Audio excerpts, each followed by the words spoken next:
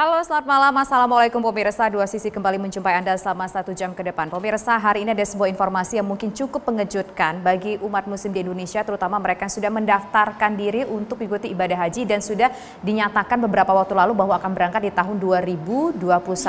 Akhirnya hari ini pemerintah Republik Indonesia melalui Kementerian Agama mengumumkan membatalkan pemberangkatan haji di tahun 2021 Masehi atau 1442 Hijriah. Padahal pemirsa, sampai saat ini kita juga mengetahui belum ada pembahasan secara resmi antara pemerintah Indonesia dengan pemerintah Arab Saudi perihal untuk membicarakan keberangkatan ibadah haji pada tahun ini.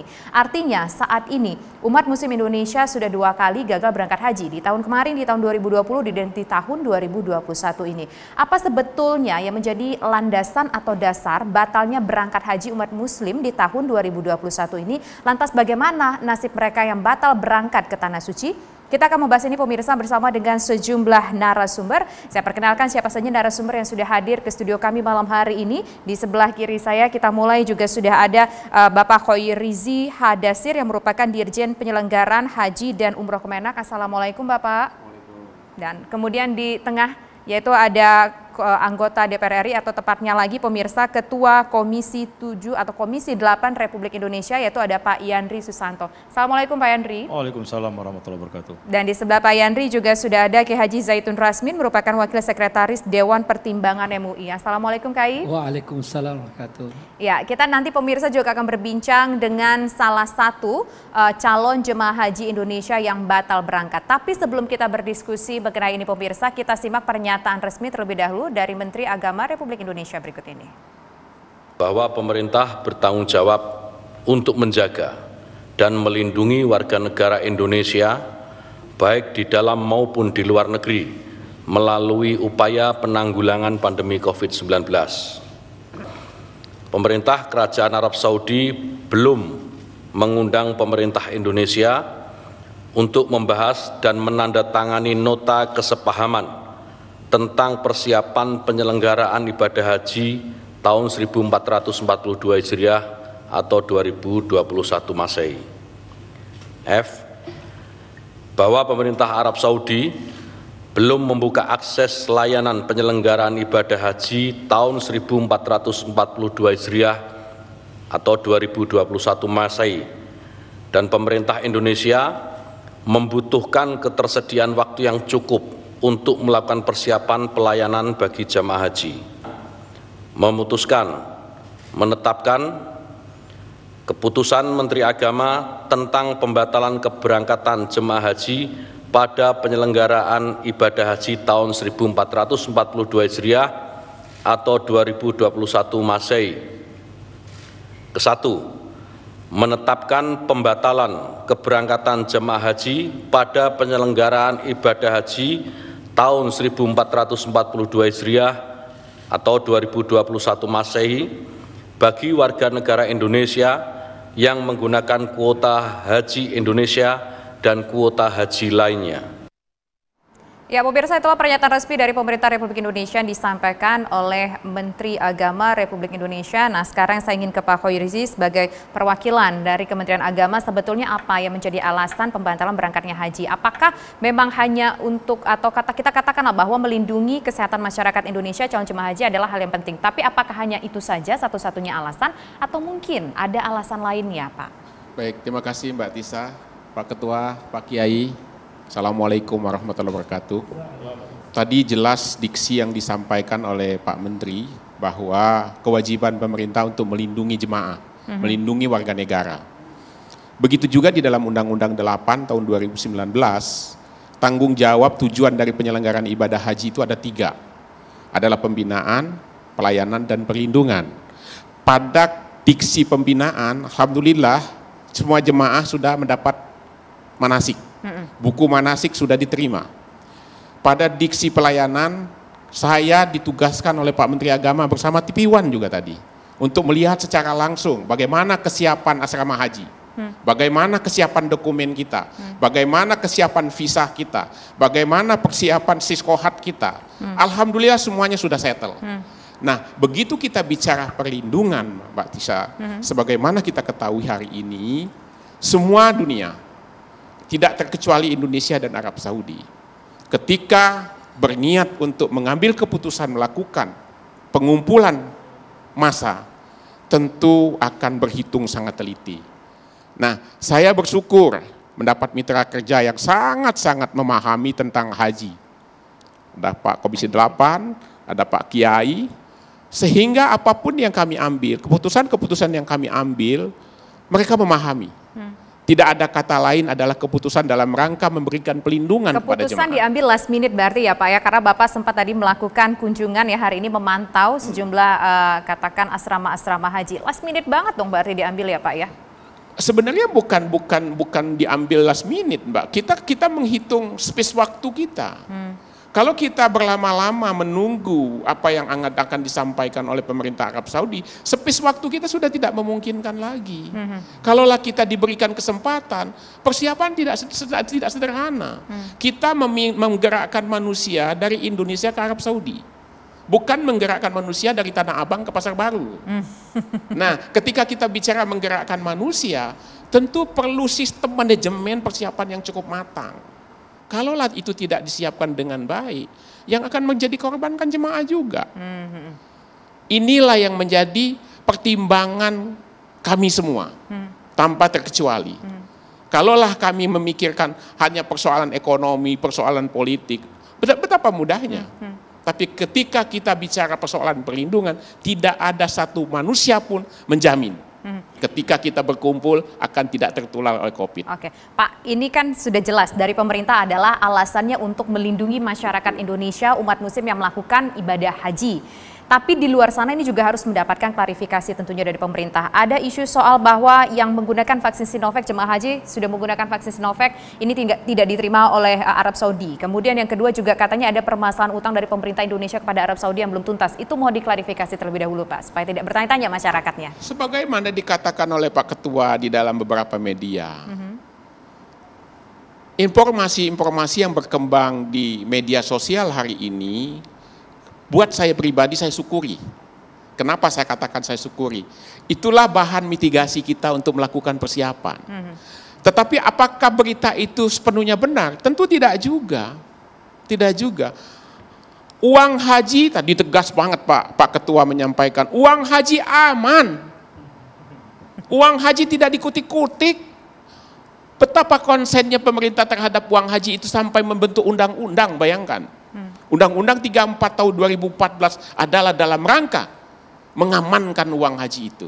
Pertama. Yang kedua, kalaulah ada jemaah yang tahun ini tidak berangkat, kemudian ingin minta uangnya kembali, setoran lunasnya, pemerintah dan BPKH siap kapan saja dia minta. Oke. Nah, yang ketiga, pemerintah menjamin.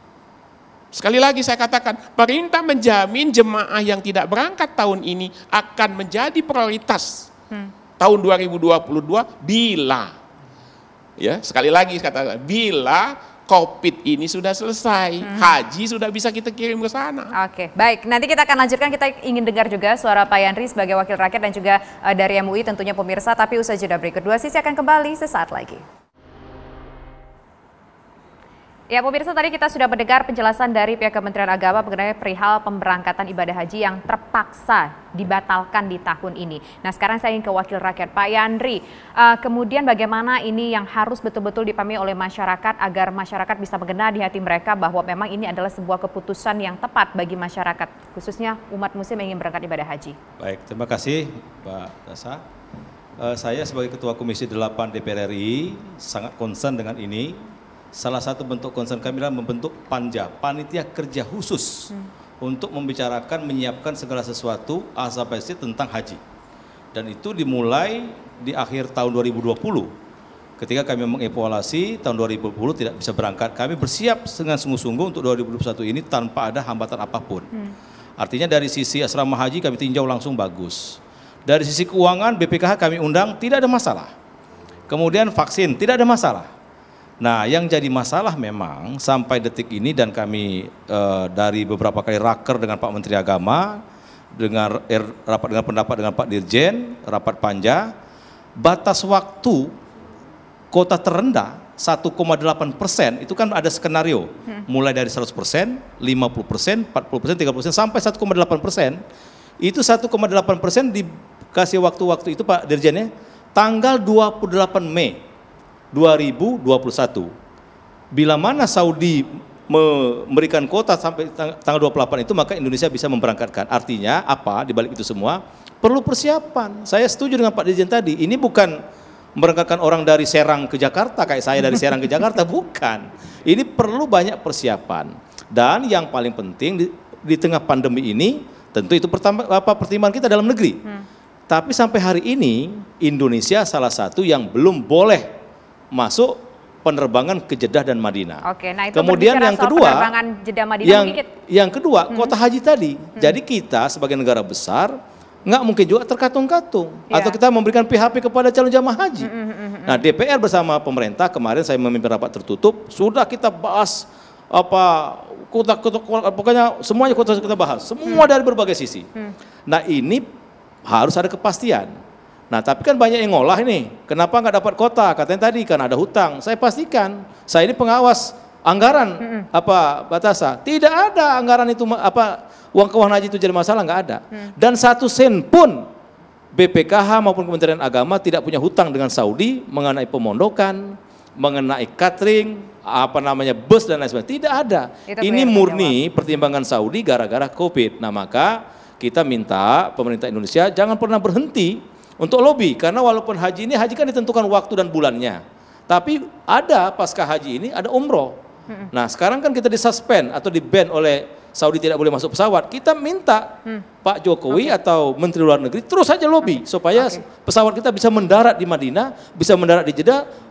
Haji mungkin batal tahun ini, tapi umroh bisa kita gerakkan. Itu sebagai solusi untuk kerinduan umat Islam yang memang mau ke tanah suci. Jadi banyak yang masih perlu kita kerjakan. Tetap terus bekerja keras supaya masih ada harapan umat muslim yang ingin pergi ke tanah suci bisa berangkat, meskipun dengan skema haji mungkin tidak bisa waktu dekat, tapi umroh mudah-mudahan ada bisa begitu ya, walaupun mungkin kuotanya terbatas. Nah, ini berbicara tadi Pak Yandri sudah mengatakan bahwa kita saat ini masih di-ban pemirsa oleh Arab Saudi. Nah, ini berikut kita akan melihat pemirsa sejumlah negara yang saat ini diperbolehkan masuk ke Arab Saudi. Memang negara-negara ini kebanyakan adalah negara Amerika, kemudian Eropa, kemudian juga Uni Emirat Arab, negara maju ya, yang kasus COVID-nya mungkin juga sekarang sudah mulai mereda. Dan kita lihat satu negara aja nih Mbak Batasa yang penyuplai tertinggi, kan cuma Uni Emirat Arab aja, yang lain kan sangat rendah pengiriman selama ini. Misalnya kita lihat cuma ada satu negara Islam yang diperkenankan, sisanya pemirsa adalah negara-negara Eropa, negara-negara maju, ada negara Amerika Serikat, Inggris, Irlandia, Italia, Jepang, Jerman, Prancis, Portugal, Swedia, Swiss, dan Uni Emirat Arab. Nah, ini kita kembali lagi nih berbicara soal lobby-lobby. Sejauh ini bagaimana lobby-lobbynya ini? Supaya clear ya di publik, pemerintah membuka suspend terhadap 20 negara yang diumumkan beberapa bulan yang lalu menjadi 11 negara yang boleh. Itu nggak ada kaitannya dengan haji, nggak ada. Misalkan yang boleh masuk Amerika, Swiss, Portugal, nggak ada itu. Tapi boleh ke Indonesia, boleh ke ke Saudi Arabia, boleh terbang. Nah, artinya tidak ada kaitan langsung dengan pelaksanaan ibadah haji. Dan kami di tanah air, saya sekali lagi sebagai Ketua Komisi 8 sudah berapa kali melaksanakan rapat gabungan dengan Menteri Perhubungan, sudah selesai. Dengan Kumham masalah imigrasi sudah selesai. Dengan pihak penerbangan, mau Arab Saudi Airlines, mau Garuda, semua sudah selesai kita laksanakan. Intinya nggak ada masalah. Kalau dalam negeri 1000% siap. Secara teknis di dalam negeri pemerintah sudah siap. Tapi adalah permasalahannya adalah di luarnya nanti, karena ini berangkatnya agak sulit. Nah, MUI melihatnya seperti apa ini, Pak Kiai? Ya, terima kasih. Pertama, kita tentu mengapresiasi pada pemerintah dengan DPR yang bisa memberikan keputusan ini, ya, sehingga tidak terjadi keraguan-raguan.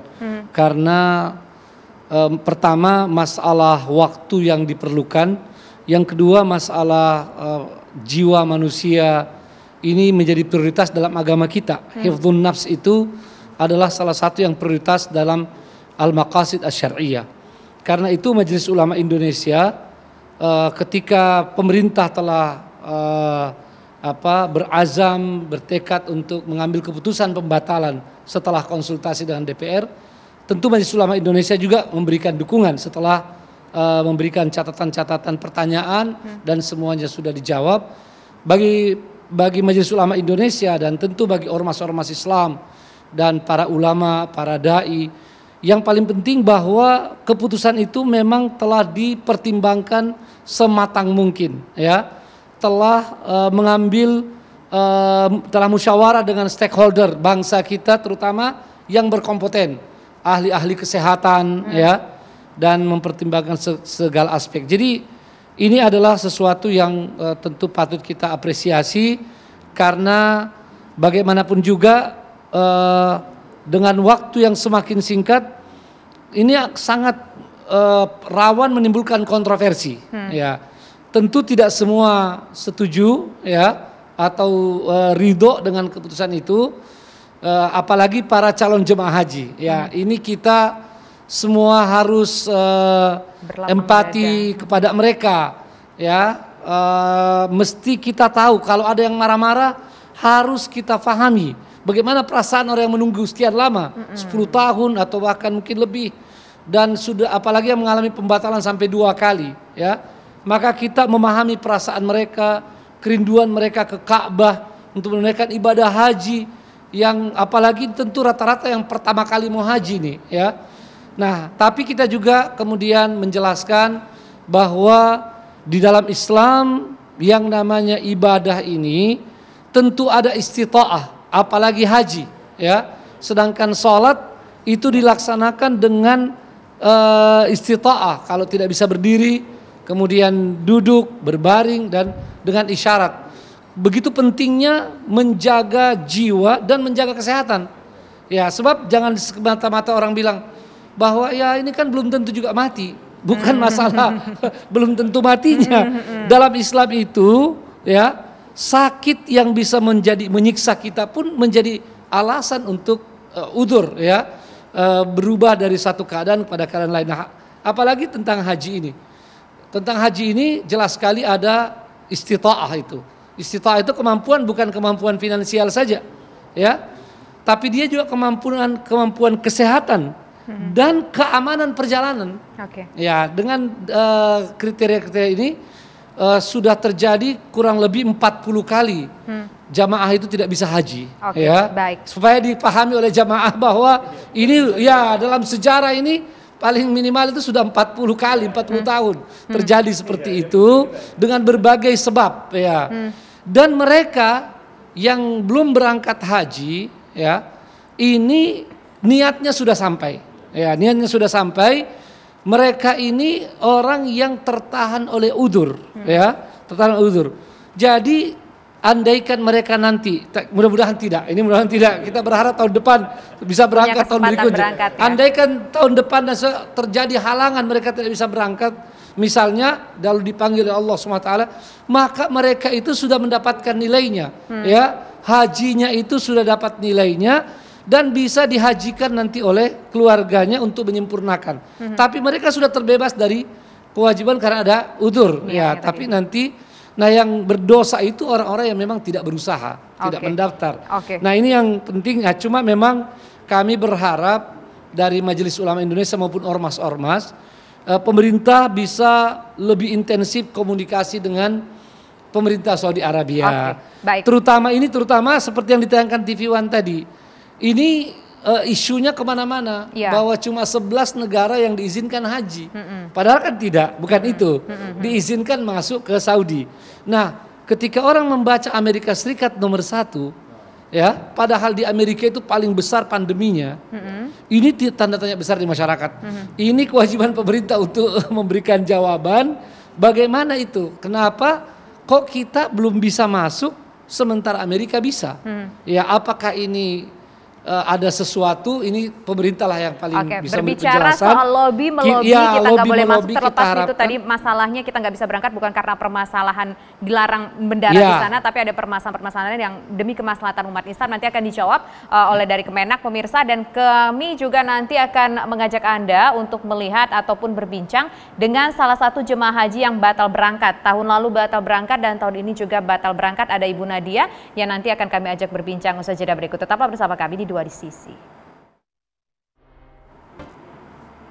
Dan pemirsa, saat ini saya sudah terhubung dengan Ibu Nadia. Ibu Nadia ini merupakan salah satu calon jemaah haji yang batal berangkat. Sebetulnya Bu Nadia akan berangkat ke Tanah Suci Mekah itu di tahun 2020 kemarin. Tapi berhubung pandemi harus ditunda. Dan di tahun 2021 ini Bu Nadia juga tentunya mengetahui bahwa dirinya tidak bisa menuju ke Tanah Suci karena baru saja diumumkan ada pembatalan pemberangkatan haji di tahun 2021 ini. Langsung saja kita sapa Bu Nadia. Assalamualaikum Bu Nadia. Waalaikumsalam warahmatullahi wabarakatuh. Ya, Bu Nadia mungkin bisa cerita seperti apa persiapannya untuk ke Tanah Suci sampai dari tahun kemarin sampai dengan saat ini, apa saja persiapan-persiapan yang sudah Bu Nadia lakukan dan bagaimana respon Ibu ketika mendengar hari ini tidak bisa berangkat ke Tanah Suci. Sudah dipastikan tahun 2021 tidak bisa berangkat. Terima kasih Mbak Tisa atas waktunya yang diberikan kepada saya. Juga yang terhormat kepada Bapak Yandri Susanto, Bapak Khairizi, dan Bapak Kiai Haji Zaitun Rasmin. Terima kasih. Perkenalkan, nama saya Ibu Nadia Sunanti dari Depok. Saya dan suami merupakan calon jemaah haji tahun 2020 yang akan diberangkatkan dari awalnya ya.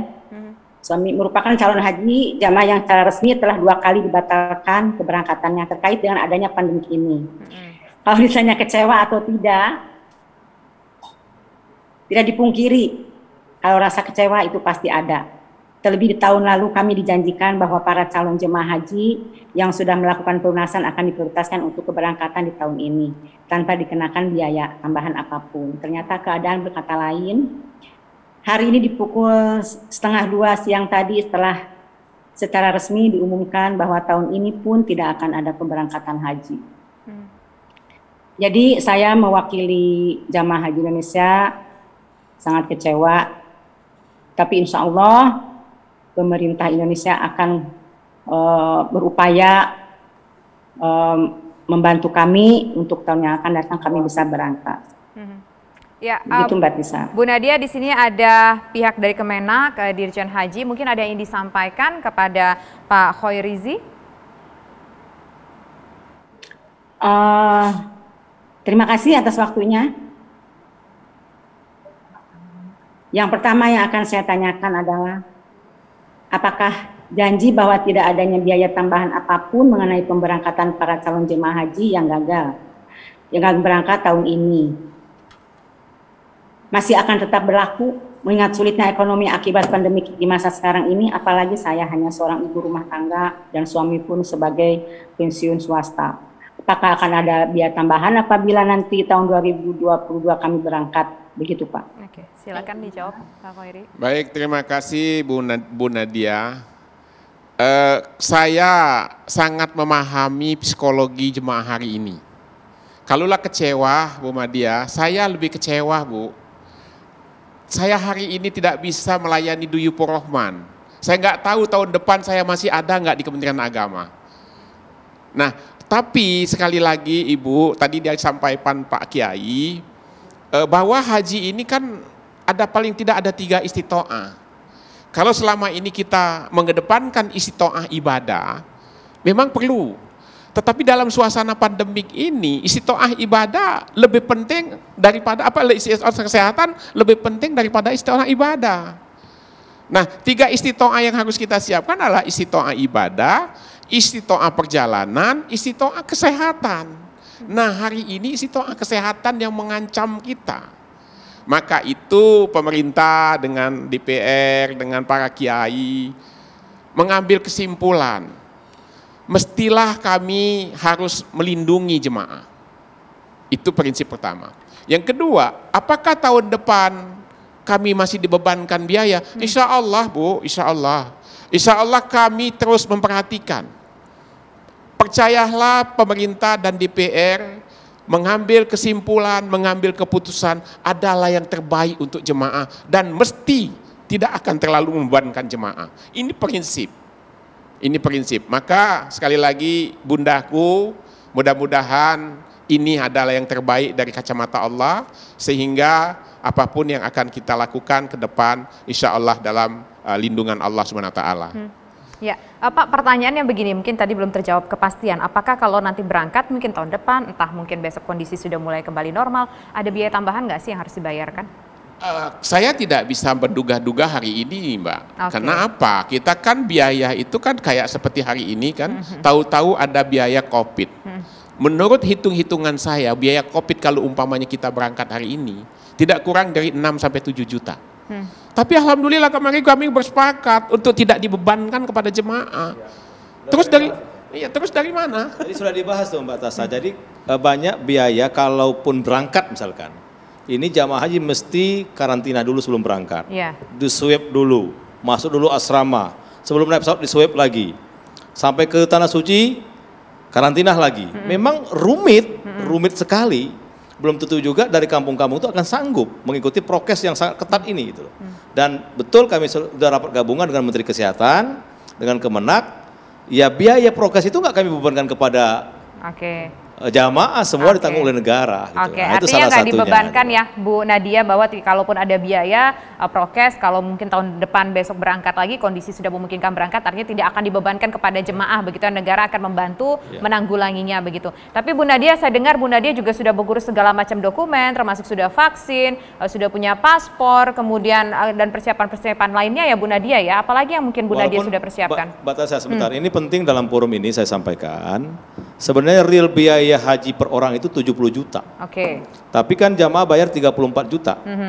Yang 50% lebih itu disubsidi oleh pemerintah. Pengelolaan keuangan haji. Artinya memang kehadiran Kemenak dan DPR itu ya sangat luar biasa perhatian terhadap calon jamaah haji. Harusnya per jamaah itu bayar 70 juta loh kalau real cost, real biaya. Tapi kan hanya bayar 34 juta rata-rata ya. Nah, tambah lagi misalkan kalau waktu zaman pandemi, nambah lagi progresnya 6 juta sampai 7 juta, belum biaya-biaya yang lain. Satu kamar hanya ditempati 2 orang, harusnya nambah lagi. Tapi itu semua nggak kita bebankan kemarin. Oke, tapi sayang sekali masyarakat tidak bisa berangkat haji juga di tahun ini ya karena terkendala. Silakan Bu Nadia, gimana tanggapan Anda? Apa saja kita ingin tahu persiapan-persiapan yang mungkin sudah Bu Nadia lakukan. Kalau nggak salah suami, mohon maaf Ibu ya, sudah berusia cukup banyak ya Bu ya? Lanjut. Jadi begini Mbak ya, yang sudah kami persiapkan adalah ya rangkaian haji seperti rangkaian kesehatan sudah kami persiapkan, juga kebugaran fisik juga sudah, dari mulai vaksin meningitis, kemudian influenza dan COVID-1, COVID-2 sudah kami lakukan, dan rangkaian-rangkaian yang lain juga sudah kami lengkapkan ya, medical check up sudah kami lengkapkan gitu. Jadi sampai terakhir saya sudah menjahit bajunya Pak, Bu. Sudah menjahit seragam hajinya saya sudah Pak. Jadi semuanya sudah lengkap ya, syarat-syaratnya sudah. Kemudian saya mengingat juga ya, usia suami saya juga kan sudah 72 dan saya juga sudah 62. Lalu kemudian yang akan saya tanyakan juga, apakah nanti kemungkinan ada pembatasan usia apabila jadi berangkat tahun depan? Nah, silakan. Itu saja Pak Koiri. Terima kasih Bu Nadia. Saya tidak bisa menduga-duga Bu Nadia, tentu kita kembali lagi kepada kewenangan otoritas pemerintah Kerajaan Arab Saudi. Tapi kita tetap berusaha, tetap melakukan lobby dan diplomasi, komunikasi untuk bagaimana haji dan umroh kan punya kekhususan. Nah, kekhususan itulah mudah-mudahan bisa diterima oleh pemerintah Kerajaan Arab Saudi. Itu yang pertama. Yang kedua ingin saya sampaikan dalam kesempatan ini Mbak Tisa. Tadi disampaikan oleh Ibu Nadia. Hari ini Mbak Tisa, seluruh dokumen haji itu sudah terkumpul Mbak. 184.330 sudah kita kumpulkan. 2 tahun belakangan ini ya? Iya, bahkan 149.000 sudah melunasi. Semua sudah di-scan, tinggal kita melaksanakan visanya. Pesawat kita sudah nego, tinggal nunggu kontraknya. Asrama haji sudah siap, tinggal masuk. Apa kurangnya? Ini semua berkat dukungan dari Komisi 8 DPR RI. Maka itu saya bilang sekali lagi, saya bersyukur. Saya punya mitra kerja yang sangat-sangat paham Baik. tentang haji dan umroh. Ada Pak Kiai, ada Mbak Tisa. Saya terima kasih hari ini saya dikasih kesempatan untuk menyampaikan isi jelas-jelasnya kepada ini tentunya masyarakat. juga pencerahan bagi masyarakat, kemudian juga sebuah informasi dan edukasi juga bagi masyarakat. Dan Bu Nadia, terima kasih ya atas waktunya. Mudah-mudahan secepatnya Bu Nadia bersama keluarga, bersama suami bisa berangkat ke Tanah Suci. Insya Allah mudah-mudahan tahun depan tidak ada lagi halangan, bisa berangkat secepatnya Ibu Nadia ya. Dan semoga kalaupun nanti berangkat menjadi haji yang mabrur. Semoga sehat selalu Bu Nadia bersama suami. Assalamualaikum Bu Nadia.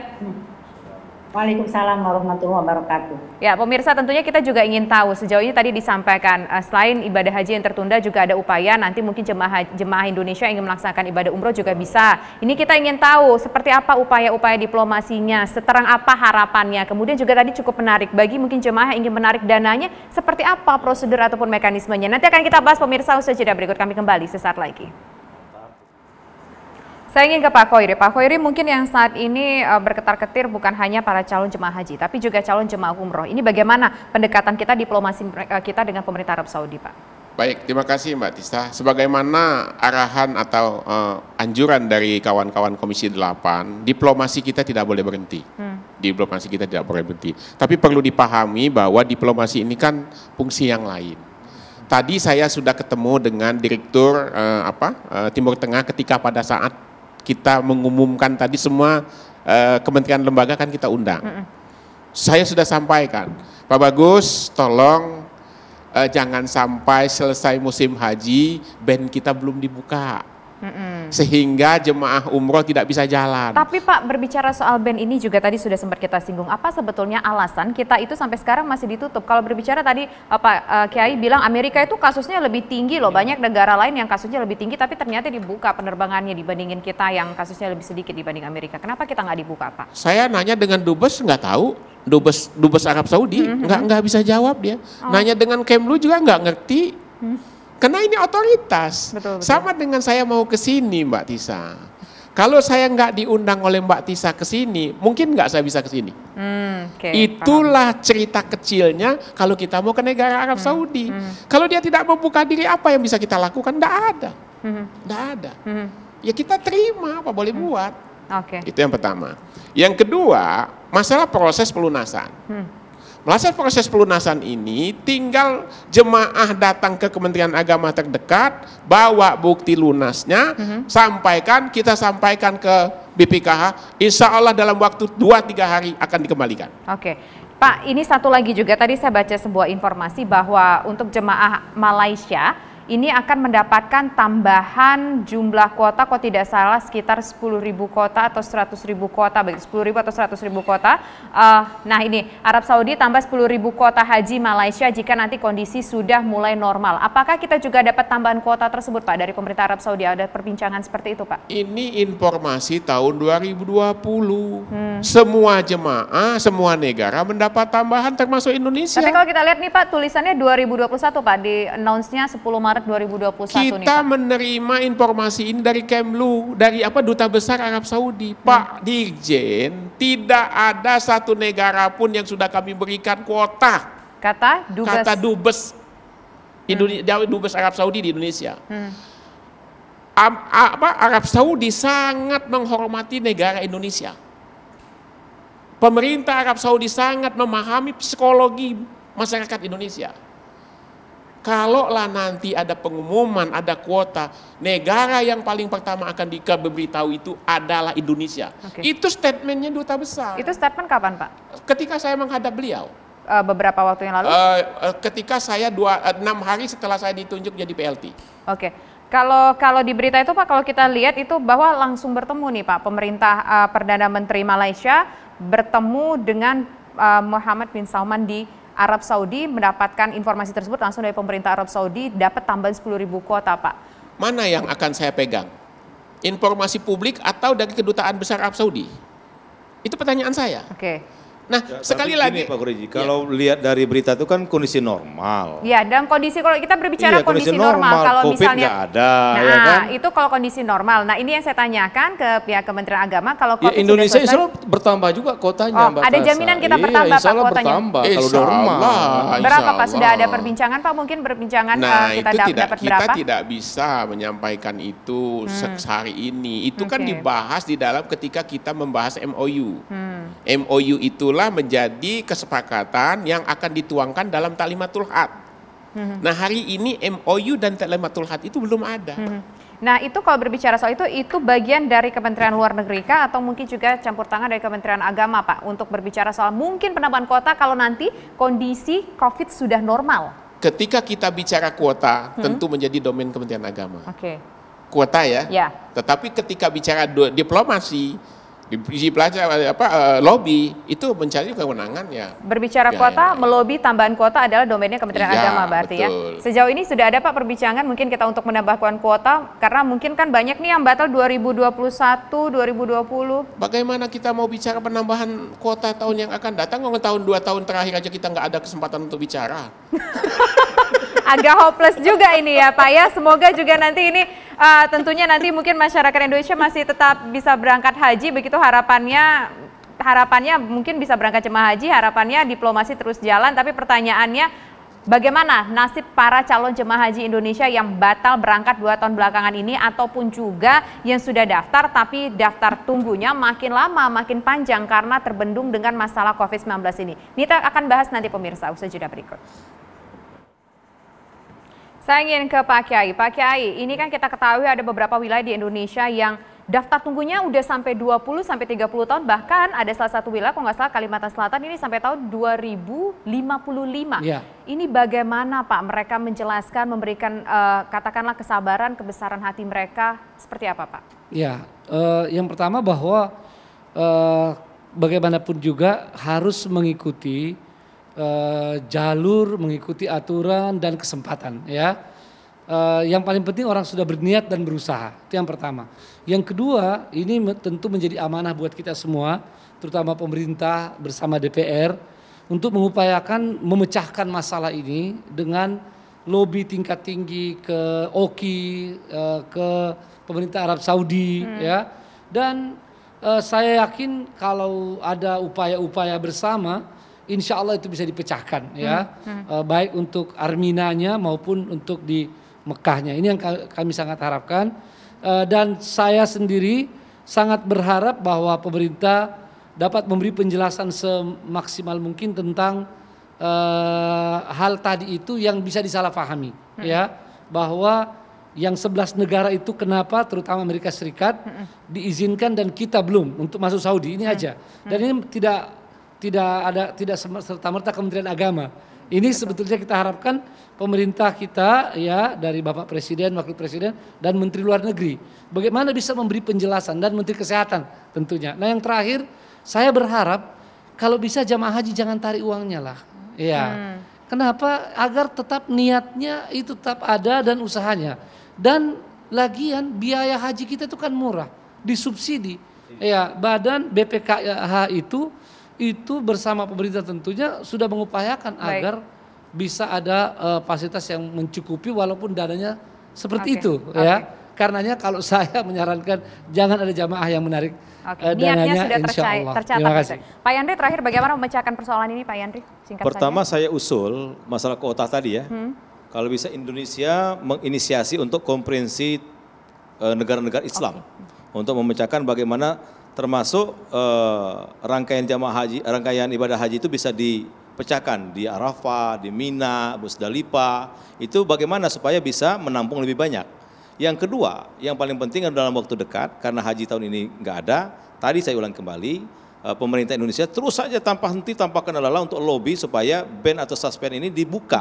Sehingga peluang orang untuk bisnis, untuk berkunjung, untuk sekolah, yang paling penting lagi antrian panjang umroh ini loh Mbak Tasa. Antrian panjang umroh lebih dahsyat lagi sebenarnya, berapa juta orang, banyak sekali. Nah, ini kalau bisa dibuka, bisa jadi alternatif umat muslim kerinduan dengan tanah suci itu bisa terobati. Haji belum, tapi mungkin bisa dengan umroh. Umroh kan nggak kenal waktu, bisa tiap hari, bisa malam, bisa bulan ini, bisa bulan depan. Intinya kita minta kepada pemerintah Indonesia, ayo yakinkan kepada Saudi Arabia bahwa Indonesia layak segera mungkin untuk dibuka larangan terbang ke Jeddah dan Madinah. Pak Khoiri terakhir silakan ditanggapi Pak Khoiri. Terima kasih Mbak. Ya, pemerintah. Mic-nya mohon dipakai Pak. Pemerintah terus melakukan perbaikan regulasi untuk bagaimana bisa mengakomodir apa yang diinginkan oleh jemaah. Hari ini sebagaimana kita ketahui kalau tahun kemarin tidak boleh ada penggantian orang meninggal, orang sakit. Atas dorongan kawan-kawan DPR hari ini boleh. Kemudian uang yang sudah disetor kalau memang dibutuhkan untuk uang setoran lunas boleh diambil. Nah, memutus mata rantai panjangnya antrian ini adalah dengan cara kita bagaimana kita membuat regulasi itu semaksimal mungkin. Usia harus kita batasi 18 tahun berangkatnya, mendaftarnya juga kita batasin. Ini cara-cara kita semua. Maka itu sekali lagi saya sampaikan dalam kesempatan ini, percayalah masyarakat Indonesia, pemerintah tidak akan menterlantarkan, tidak akan mengecewakan jemaah kecuali tidak bisa dijangkau oleh pemerintah Indonesia karena itu ada domain pemerintah lain. Terima kasih. Terima kasih Pak Khoiri, terima kasih Pak Yandri, terima kasih juga Pak Kiai Zaitun Rasmi dan pemirsa demikian kebersamaan kita dalam program Dua Sisi malam hari ini. Saya Tisa Noveni, selamat malam, sampai jumpa.